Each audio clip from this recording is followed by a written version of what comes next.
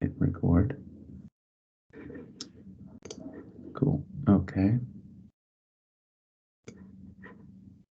Yeah. And the other one was us looking at human-centered design. What did you all think about that class?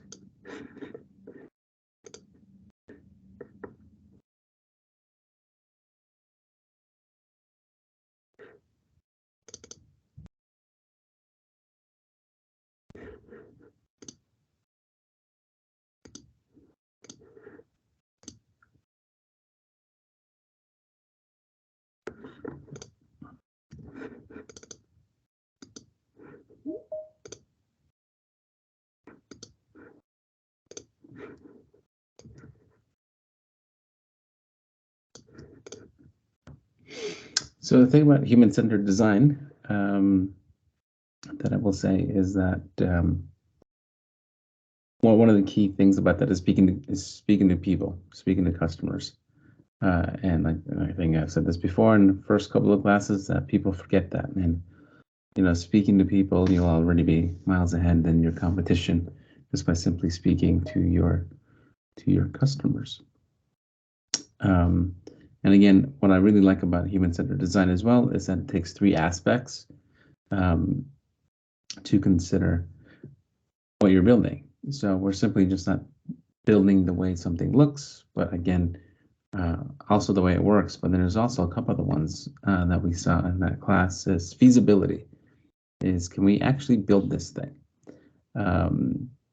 We might have some of the tech is emerging, but can we actually make it work?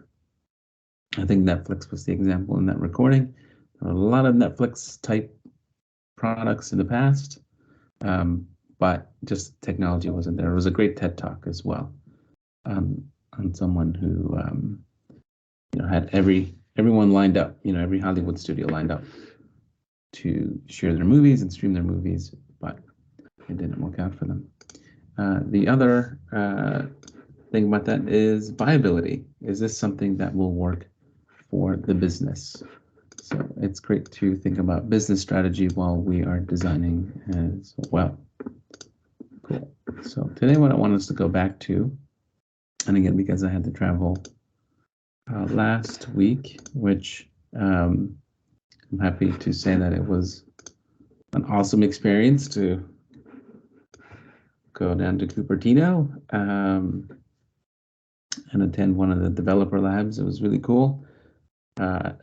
Classic Apple. I cannot say anything beyond that. That I was there and I attended. And beyond that, I'm not allowed to say one more thing about it, other than it was a good trip. But it was pretty cool. So I wish I could say more, but I don't want Apple to chase me down and get mad at me. But yeah, so it's been yeah, it was again incredible experience. It was really cool. I feel really lucky that I was able to go and do that. So I'd appreciate you all for being patient with me not being here past couple of classes, but hopefully those recordings were enough to keep you busy and entertained as well. So I'm going to send you all a zip file again, and hopefully it sends you. So we're going to talk about typography. We started talking about that a little bit before, but I think it's important that we do that. And here's the zip file. So in that zip file, you can see some image assets again, some icons. You'll see a PDF there. That PDF is just there for you as a reference to copy and paste text. So you won't take that PDF and drag and drop it into your Figma or anything like that. That is just the text there, so you don't have to type it out manually, and you'll see why in a second in the when I get to the actual example that we are going to work on today. All right, typography. Okay. start off with this. Good typography is invisible, bad typography is everywhere. So, how many of you have ever experienced trying to read something online that was almost impossible to read? You all think of an example? Maybe it happened this past week. Oh yeah, okay, too often. Yeah, happens all the time. And it could be a variety of things. I'm not sure if you want to share one of those. I think it's Rebecca there. One of those things. Maybe sometimes it's contrast, light text on a light background. I find with dark mode, a lot of people just use text that is way too dark for the background, so it's almost impossible to see. Then you also have things like your emails. Have you ever gotten an email? Can I read white on black background? Yeah, I think it's a little bit hard to do that for sure. And there's actually a reason why white text on black background is kind of difficult. One of them is, and again, it gets almost like to like pixel perfection, which we can talk about later. But essentially, the way the letters are spaced, they need to be spaced out a little bit more than you would on a white background. And when we go to dark mode, that's something that doesn't happen. Apple does dynamically, if you use their system font, they dynamically change the font so it spaces out a little bit more when it goes to dark mode to make it a little bit easier to read. But yeah, we can talk about it a little bit more. Or how about an email? Have you ever gotten one of those emails where like the line just goes forever and you got to scroll to like the right? You got to scroll all the way back to the left to read the next line. So that again is our line length that we'll talk about a little bit later. So lots of bad typography out there. And one thing about UI design and UX in general is when we really step back is a lot of the UI is typography. We see typography in type, and copy is another word we'll use for typography or content. A lot of copy. That is what a lot of UI is. If you're looking at, if I look at the Microsoft Teams UI right now, it is just so much text everywhere on screen. So you want to make a great experience, think about the type. It's easy to get excited about a gradient or a certain type of layout and so on and so on. Typography will make a huge difference, especially when you just look at your UI from a lens of this is all just type and content and copy. One thing I will say is that typography can be fun as well.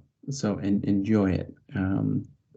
There are people who dedicate their entire lives to type, and they care about it very, very, very deeply. But there's so many great resources out there for you already that you can leverage and use. And a lot of these typefaces and fonts is you can just really just use them, start using them out of the box and use their default seats. They will be good enough for what you, even for me, I just usually stick to the default anyway, because there's been so much work gone into them now. If you're looking for fonts that you can use for free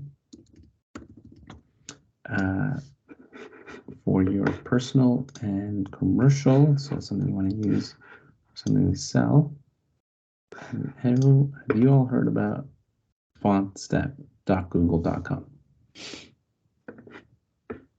If you haven't, you should definitely check it out. Every single font on this website is for free, and they even give you the code to use it for your for your website or your app as well, which is really, really cool. So definitely take advantage of that resource. Now, one fun thing too, like I said, some people spend their lives working on fonts and type. One fun little thing is, let's see if I can describe it to you in this way. Okay, let me see. I gotta go over here. Okay. So if we went into an image, which I'll show you what this plugin is all about. I think we talked about Unsplash a little bit before. Let me just pick an image. Okay. We have this image right here. It could be any image, but one thing, PNG. Let me just increase this a bit. Now, if you want to sound really fancy when you talk about, you know, fonts and type and so on, is a font is actually the file type. So we have this. Have anyone heard of the typeface before Helvetica before? Very, very, very common. So essentially, Helvetica is not a font. Helvetica is actually a typeface, just like we would have an image. Like this is an image of someone rock climbing. Or you can have an image of the Mona Lisa, for example, one of the famous paintings. So you wouldn't say that the painting is a JPEG, right? Like you would say, hey, have you seen the JPEG? You would say, hey, have you seen the Mona Lisa? That's the name of that. So same like typefaces, like you have, we used Inter, you might have heard of Times New Roman, all these are typefaces, that's the name of them. The font is simply just the file type. So JPEG, PNG, so on all these are just file types, and this is considered a file type as well. So if you want to sound really, really fancy, you're going to say, oh, I'm going to use the Helvetica typeface. That's what they're called. So if you ever meet someone at a bar who is who designs fonts, don't say that design fonts. Say, oh, you design typefaces, and they'll be quite pleased and happy. There are people who in this world who do get mad when you call a Helvetica a font and not a typeface. But like I said, that's just for fun. And just more of an inside, the design community of typeface and font. So if you hear me say typefaces, that's what I mean. Still means the same thing that we hear about fonts. And again, most people know the word fonts. It's just what's become the most common term to describe typefaces, and even Google here with fonts.google.com. You know that people are not going to think, oh, I need to look up typefaces. It's just a more of a rare name for them. But now you know. Now you know. They mean the same thing. Just a fancier, more accurate way of saying it, but still same thing. So we again, it's just sort of a aside if you hear me say both. So why is typography effective? Well, this is a picture of New York City, and really when you look even in the real world and versus our digital world, everything is just text. Everything is just words, symbols, and so on and so on. And it's super important that when we design our own typography, our own, when we're laying out our own typefaces, our own content, we think about that. What's its meaning? What are we trying to convey? What information is important? What is it saying about the brand? So on and so on. So the typeface here that we see here on the subway is Helvetica. That's why it's so common. Helvetica is such a common typeface that we use because we've just seen it so much. It's almost like the default font that we do use. And again, in the design community, just to give you a little bit of insight, is a lot of people don't think that Helvetica actually has the best letter forms and all this other stuff. But we've just become so used to it and have seen it so much that we do find it very easy to read. So again, this is what you see here, and then you see like the subway lines and so on. But even if you look over here now, over on the stores, when we think about typefaces and using fonts and so on, they can really resemble a brand. What is it that your brand, what is it that your product wants to convey? Does it want to convey that it's a serious brand? It might use something that is a serif or sans serif font, which we'll talk about in a minute. So yeah, so you can see all the different typefaces here. And this is just like one, intersection in New York City. So just imagine how much text and type we actually use in our world. How about picking typefaces, all right, and then combining them? All right, let me see. It's over here. Okay. One thing that we didn't talk about yet is a sans serif versus a serif font. Does anyone know what those things mean?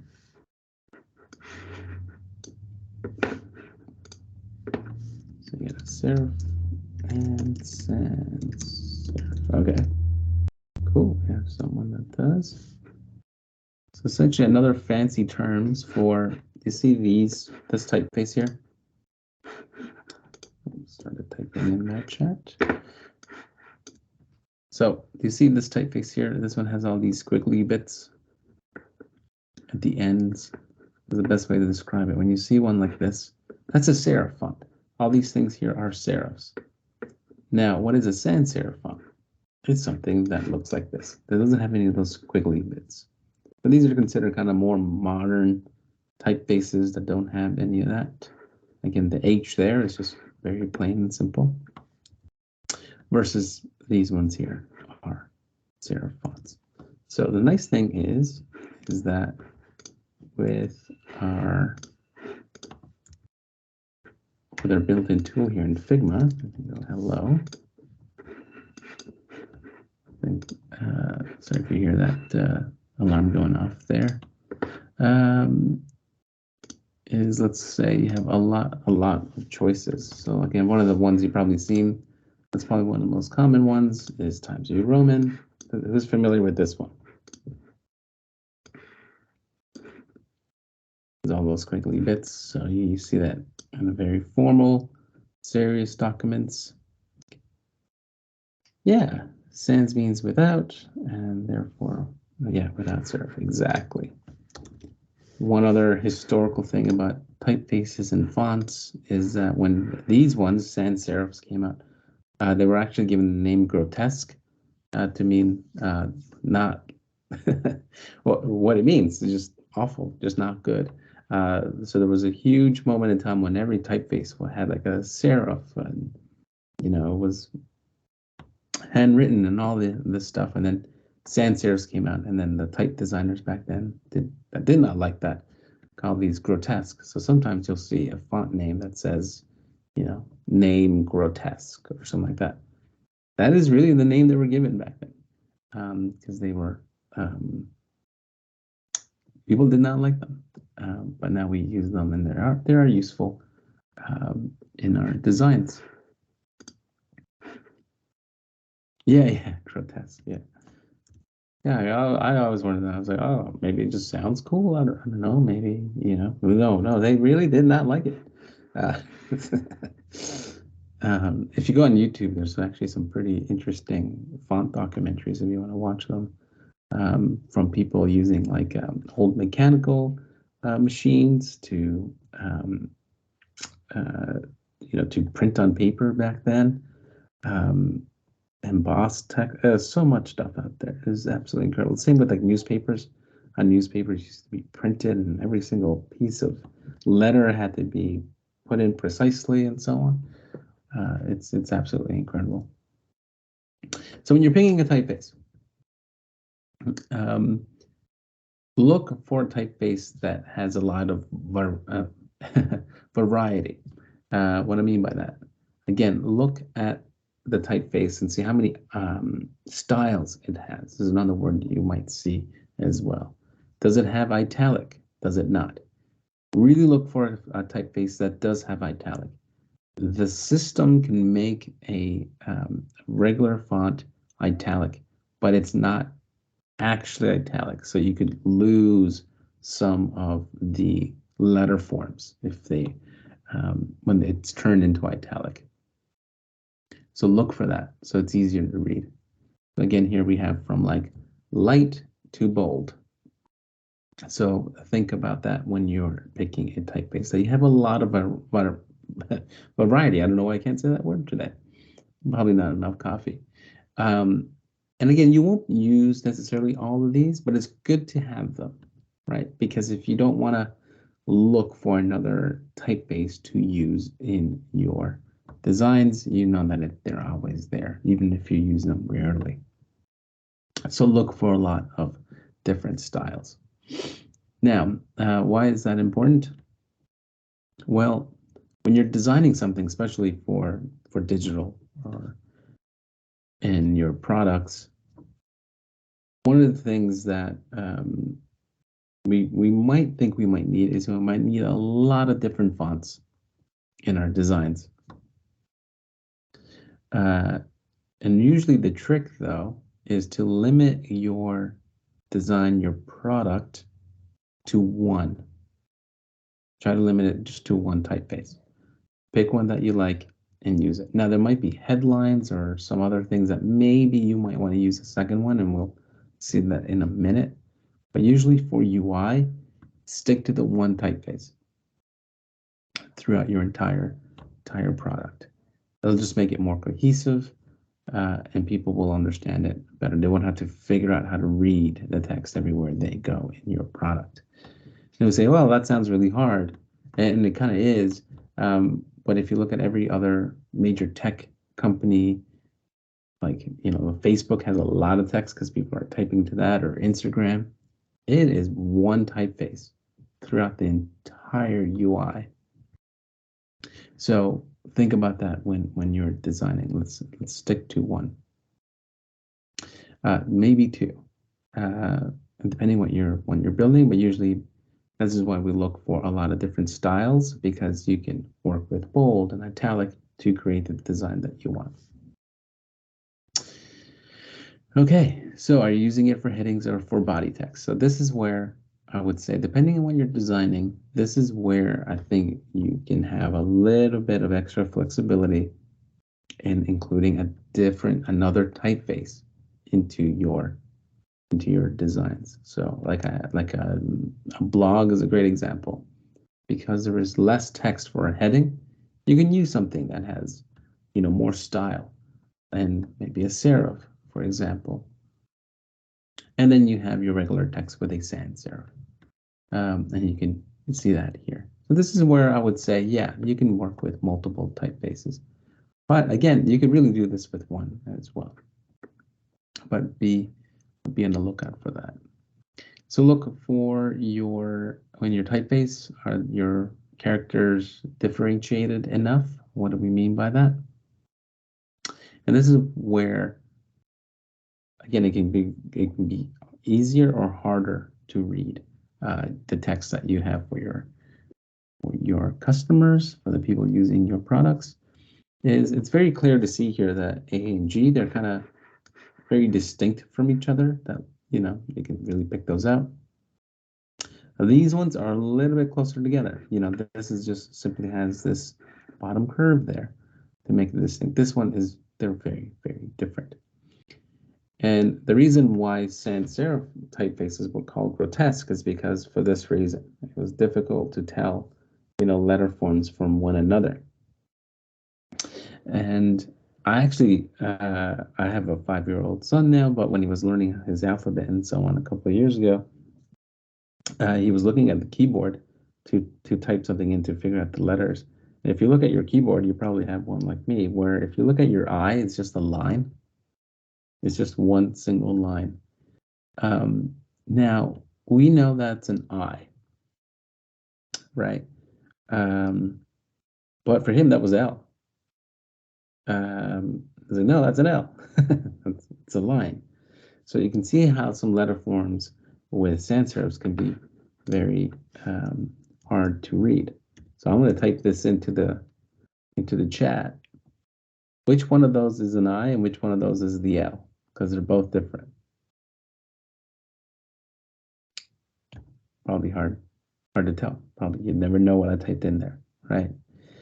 So again, even sans serif typefaces, you can pick out some that do try to make their letters a little bit more distinct than others. So look for that sometimes in what you're designing. Okay, so that's an example of that. Again, this is the fun part. What personality do you want to convey?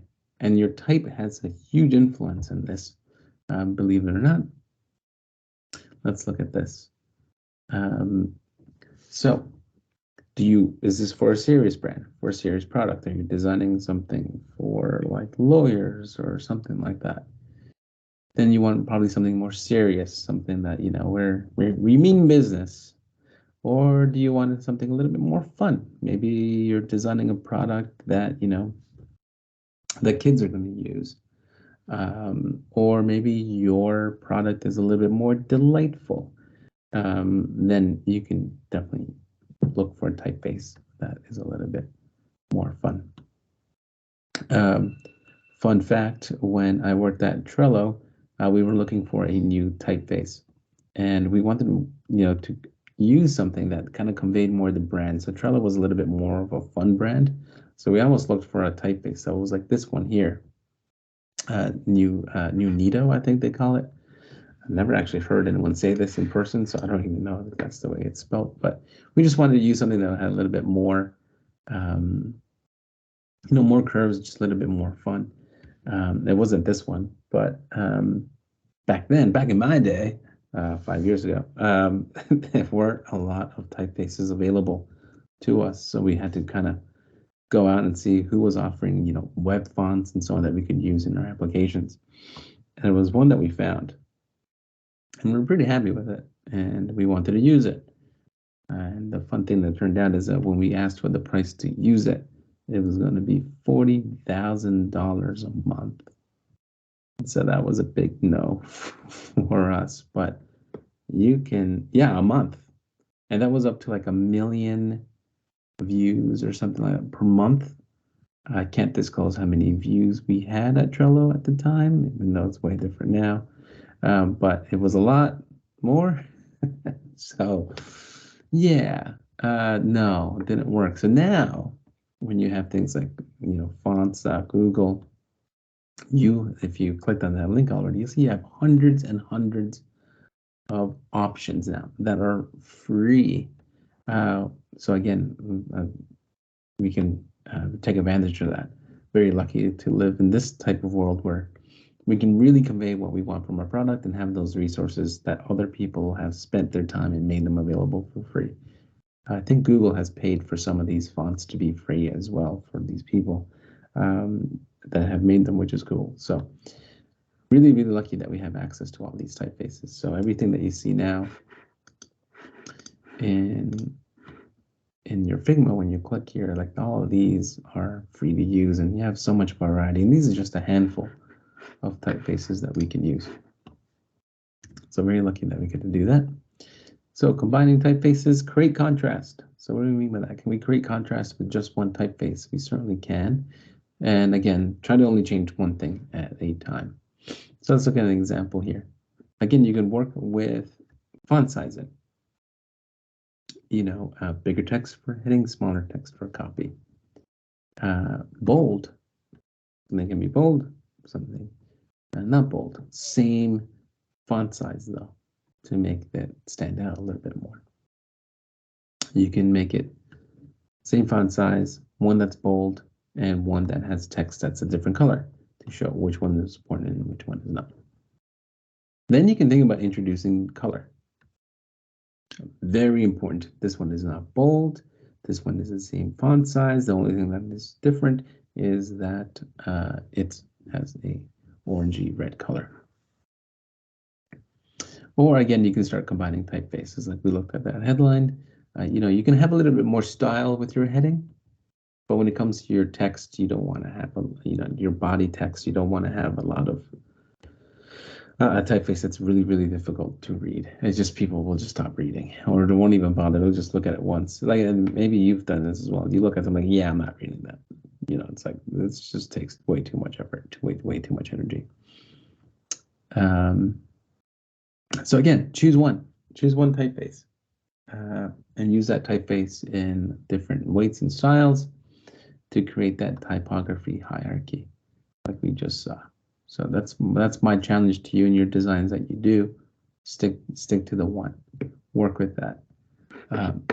Setting type can be very difficult. make it easier for yourself by just sticking to the one typeface. So combining typeface is another good example here. Using one font, headline, subheadline, and then regular text. Tips and tricks. Stick to one font family. I think I said that already a couple of times. And avoid using all caps. Now, for a couple of reasons. One, we don't want to yell at people. And two, really, it's just the way our brains read text. So let me show you a quick example here. We know what this word is, so this trick doesn't work unless you have a sentence that you've never seen before. But why does it matter? Okay, maybe I should pick like another word, but for now, we'll just use this as an example. So if we were to take the bottom half of our text here, and again, we know what these words are, so it's difficult to convey how this works, but you're gonna kind of have to trust me. Well, I mean, that one was like kind of like, wow. So yeah, all caps definitely works there, right? The way we read, there's science behind this, and I kind of read some of the science, but I'll try to explain it. And if you want to learn more, there's way more you can learn later on. But essentially, when we read, we're really just reading from the top of our words. And so kind of we're just bouncing through the top of the words that we have. And the way we're able to do this, because our brains are amazing, really the way when we look at words, really what we're seeing, what our brain does is just really, it's just pattern recognition. It has just seen this form, this thing is like a shape. Think of it, yeah, like a shape. I was trying to think of another word there, but every word is like a shape. And the more we distort that shape of that word, our brain has to do some thinking of what it is. It has to pay closer attention to the letter forms. So we're just really, like, if we do this, hello, how are you? We do this. Essentially what our brains are doing is just really going, reading the top part, not doing any of that bottom part. Now, when you make all of this all caps, all the forms, that's the word I was looking for earlier in my brain, all that form goes away. I'm going to make this very easier to make these all caps like this. It gets very difficult to try to figure out what letter, what word we have there. Because if we look at every single letter and they are all shapes, every shape that we're making for our words now are just kind of boxes, are just rectangles. So we don't have that shape anymore. And again, you lose a little bit more shape with a sans serif, and maybe this is why they were calling it grotesque and so on and so on. But again, this is why we want to limit our all caps.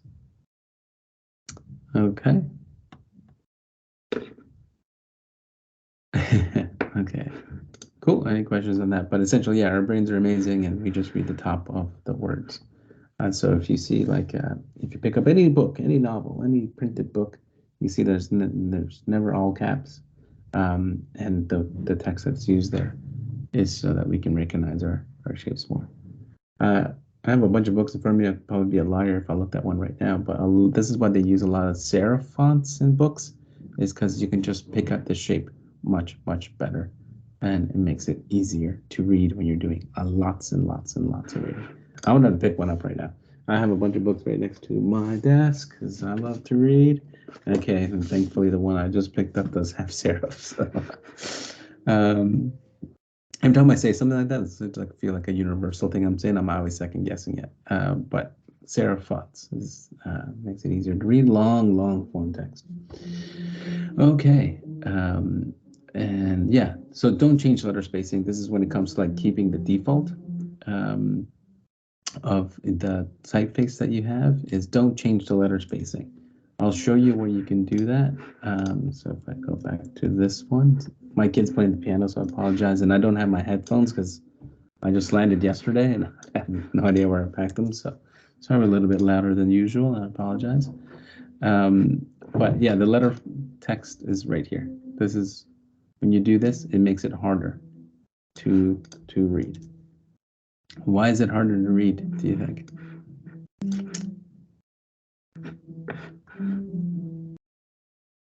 Yes, got to support the creative process for sure. Yeah, I never asked him to never stop playing. I think it's awesome. Yeah, thanks. So the reason, again, why this is harder to read is because the letter forms, again, the shapes, you're distorting that shape again. So again, our brain will just have to take a longer time to read, especially some typefaces, texts, words are closer together, it makes it just way harder to read. So that is not what we want to accomplish.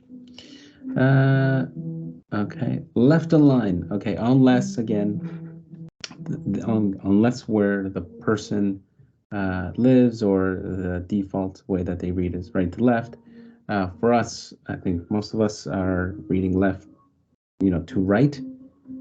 Stick to left aligned. Doing center aligned can look cool for text sometimes and so on, but really left align. If you're ever in doubt, left align at all times. It'll just make it way, way easier to read. And again, the reason why we do that is because, let's go back to this default one over here, and let's say a lot more text, and I'll just do this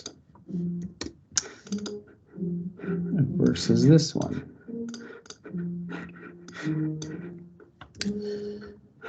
When I am reading, when we are reading, we go and read this one and we say, okay, or at the end of this line, I'm going to go right back to the beginning, and I kind of know exactly where that line is going to start. So my brain can just be way faster at reading it. This one, our brain has to do more thinking.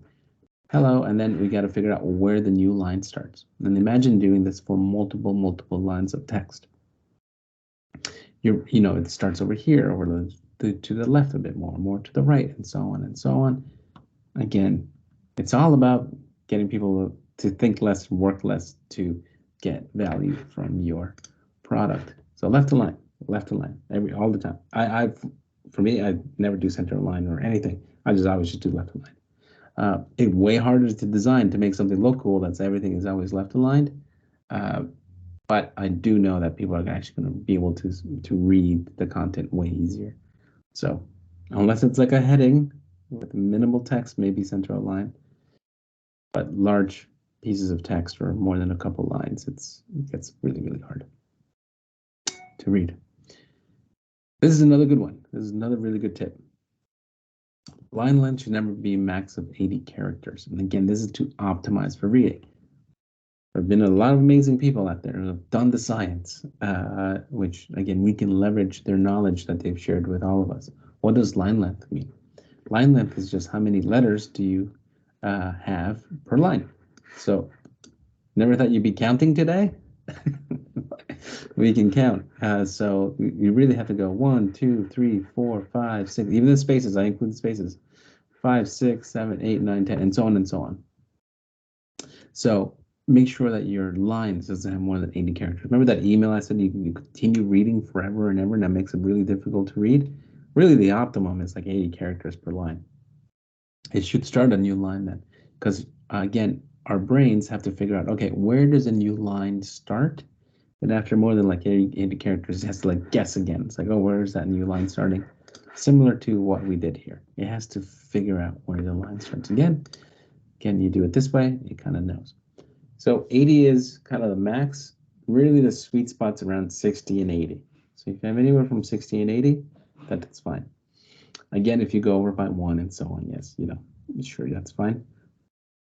Sometimes you can fit more characters on a line, depending on the words and so on, but you get the general idea, 60 to 80, okay?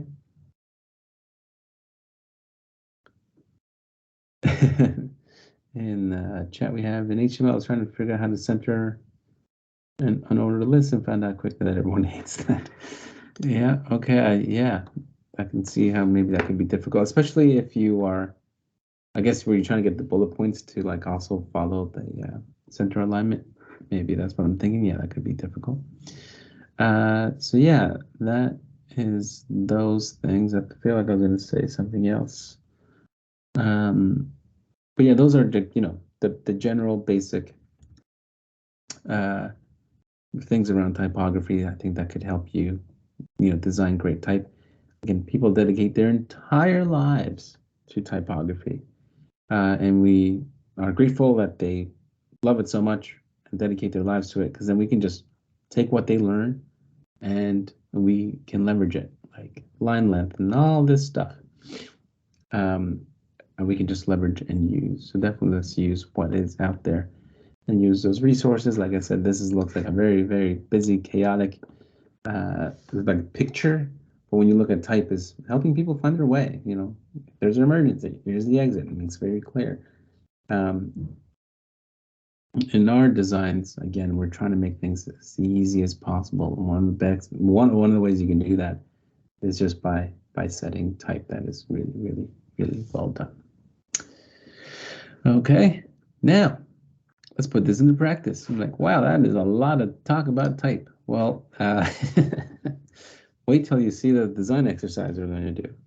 So this one will take a couple of days to work on, but I want us to really practice working with type, so that it becomes second nature. Because believe it or not, type, just again, the presentation, type is everywhere. Your UI, everything is just type, type, type. Really, when you look at your UI, when you're looking to click on something, you're really looking at type to give you information on how to navigate there or how to use something. And in design, there is a feeling like we could use icons to help people find stuff, right? To figure out how to use something. And this is why, even when it comes to, I think, like Figma, for example, why is it difficult? Like a big tool like this, complex tool like this, why does it feel complex? Why does it feel hard to use? And it's because a lot of the navigation, a lot of the ways we use these things are not typed, but just random shapes. Now, these shapes are becoming more familiar than ever before because we've seen them and so on. The reason why some products are hard to use is because they're just using shapes or icons. Let's just look at all the icons here. In the top left, maybe now that we've used this for a week or so, a couple of weeks, now we understand what these things do. But if it was our first time seeing it, we're like, what does this stuff do, right? We had no idea. I had no idea. These things in the middle, some of these things we still haven't looked at. What do they do? No idea. I have no idea. Sometimes I actually have to hover over still, like, oh, right, that's what this one does, because this shape looks a lot like this other shape that I'm used to using for doing something else. So if you ever get confused, I still get confused. Because it's just a random shape. It's just an icon. It's not a word telling me what it actually does. These things right here, again, a lot more icons. It gets difficult to use, or even setting our type, which we'll look at. Again, what did these things do? If I've never seen these things before, no idea. Also, some of these icons here, like these triple dots, sometimes it means more menu. Maybe it means a popover. Maybe it means something else. Again, these shapes to make the product. Do we need to use them? Yes. To make a usable product? Yes. They try to strike a balance of both. But I just wanted to illustrate that that's why some things feel really hard sometimes, because we have type and sometimes we don't. Oh, Blender. Ooh. Now I should have brought that up as a screenshot. If you have a screenshot of Blender, you should put it in chat, because that would be an awesome one to see. Yeah, I would love to do 3D tools, but having to memorize the UI, let alone trying to do something in it, my brain has not been able to get there. But if you look at Teams, if you look at the very top there, you can see like our link to our chats and so on. And what Microsoft has done there is these icons really mean nothing. So they put text right underneath it. This is for chat. This is for people. raise React View, and so on. So you can, in some places, balance your UI to have text to describe what it is that they're doing. Some products will do it better than others, and so on. But definitely think about that. That's where accessibility comes in, which we'll talk about later. Okay, this is a screenshot that we have here. Oh, Blender keyboard shortcuts. Yeah, that's another good one. That's great. Should keep that in mind. I want to do more 3D stuff, so I really need to get into Blender and do that. Okay, so what are we going to do in this class? Okay, so you have that zip file, and you'll have all the images, all the icons. You'll have this image here, and you'll see here we have some type. Lots and lots and lots of type. And it can be very difficult to really set type to make it look legible, readable, and so on, and still make it look nice, neat, and tidy and clean. But when you do, it just looks, for me, when I see great design in its type, I just always have to admire it. I just think to balance all of this, I think is really hard. Something that I always try to get good at is more type. If I have time to learn something, I just focus on how do I set better type, because it's just everywhere. And I love it. I love typography in general. Now, the other thing that we're also going to learn about, because this is super important, is responsive web design. Now, what do we mean by responsive web design? If you have not heard that term before, it is not about how quickly the website loads or anything like that. Responsive web design is how your design, how your content adapts to the viewport. Could be the viewport of the browser, so someone resizes the browser. The viewport of the device someone is using, mobile device, tablet device. And back in my day, really you only had like one viewport to design for, which was like a desktop computer. So like every design was kind of looked like this, which was like, desktop, 1080 width, and boom, that's it. You were done. You designed it once, you were done. And by my day, I mean like just like even 8 years ago, maybe 10 years ago. Yeah, maybe 10 years ago, you could still like kind of get away with that. But now it's amazing how quickly we've moved, and now you have your website now needs to adapt. The same design needs to adapt to a mobile device, to a tablet. And also now, with monitors that are bigger than ever, someone could resize their browser to a unique viewport. And so our design needs to adapt to that, which means someone asked me the question once on class, like, are you telling me I have to design the same thing at least 3 times? And I'm like, no, probably closer to like 1 million. No, I'm kidding. No, 3 to 3. 3 is like gives you a good base of like what your design is going to look like. Sometimes going on from like tablet from like 800 pixels wide to like 450 you should double check that and make sure it looks good. But yeah, so this is something that we're going to learn about is responsive web design. It gets a lot harder. Not harder, but it just takes more time and consideration when you're designing something is the way it will look on all viewports. So remember at the beginning of class I said that there's a lot of function here. This is the function part. It's like our design looks great on desktop. How can we ensure that it looks great on also all these other devices? And thank you for sharing that Blender UI. Yeah, if you all open that up, it's like I've seen this UI so many times trying to figure it out, and yeah, it's a lot. Well, I'm sure once you figure it out, it's like, oh yeah, it all makes sense. Everything becomes second nature. And yes, I can share this final UI here and screen share. I'll do this one here. We can do this. So we'll spend time doing this next class as well. So exporting. So I'll show you how I'm exporting this. Let's do this. If I select the frame name for both of these things, and go down here, click plus to export, and select what type of file, JPEG. Remember how we talked 1x and 3x? I'll just do 1x. So I'm just, the original is fine, and then I'll send it to you. Now, the reason why I'm not giving you the Figma file is because you'd be able to come in here and see exactly what I did. I want you to try to figure this out for yourself. You'll learn way more by doing it on your own than copying me.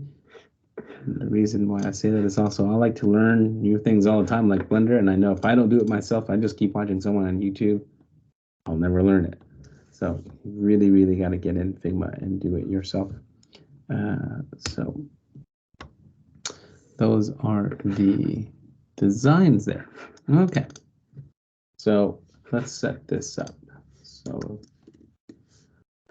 Fall 23. Frame. Let's create a frame. Again, you can create any frame that you want, hitting the F key on your keyboard or hitting like the hashtag looking icon there on the left. Yeah, select any one that you want. Again, if you want to use the frames for like any of the like MacBook and so on, you can certainly go ahead and do that. I'll do like the MacBook 14 inch. And now we have our frame, our beginning frame. We'll call this one like our desktop one. This is going to be our desktop UI, the way it looks, our bigger one. And again, it's going to be much, much taller. So you can go ahead and increase the height of your frame. And there you go. Now we'll scroll. Now you have enough space to add your design. Now, when you start any design, again, before we get to design, like I said, we start like human-centered design thinking, and I'll teach other ways so you don't feel like you're starting your design full of blank page. We'll talk about that stuff later, but for now, when you do have a design or you want to start your design, one thing I suggest is that you find an anchor for your design. Like, find something that you're going to build your design around. What is the main piece that your design can build on top? You just give it something to anchor your design in. I lost my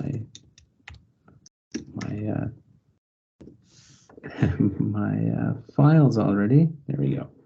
Look it up. And the one image that really stands out is kind of like that cheesecake design, right? So if you drop that in as your first design element, you can just start placing it where you think it's going to be. We're going to move all this stuff around, but for now, that is kind of like where it's going to be. Now I'll show you another trick. I did like columns and so on, I think, in the previous classes. Another trick you can do here to just kind of set your alignment a little bit is if you have an element like this, and the width of your UI is going to be like 1080, which is kind of like the default for text, for your desktop content. What I'm going to do here is I'm just going to go click on the image. I'm going to click 1080 on it. That's going to give me the width of this. And I'm going to center align it. Just click and drag it. And this is going to center it straight on the canvas. Instead of going through and doing all the work of sending columns and so on right now, another way that I do it as well, if I'm just laying out an idea or just getting started, I'll go Shift-R on your keyboard. That brings up the ruler. And what I want is I just kind of want guidelines of where the content is going to go. And I want my content to be in the center. And I'm not going to use anything here extra on the left or on the right. I'm going to click and drag over here from the left. Click and drag from the ruler. You're going to get this red line. That's going to be a guide. I'm going to click and drag another one over here and set it right here to the edge. And now I know that the content in here is within my 1080 viewport. If you ever want to get rid of these lines, you can click and drag them and move them back to the ruler, or you can select them and then hit delete. Sometimes that works. It's making a liar out of me, but so you can just take them and move them back. You can also have guides from the top. Click and drag from the top, and then you can create other guides like that.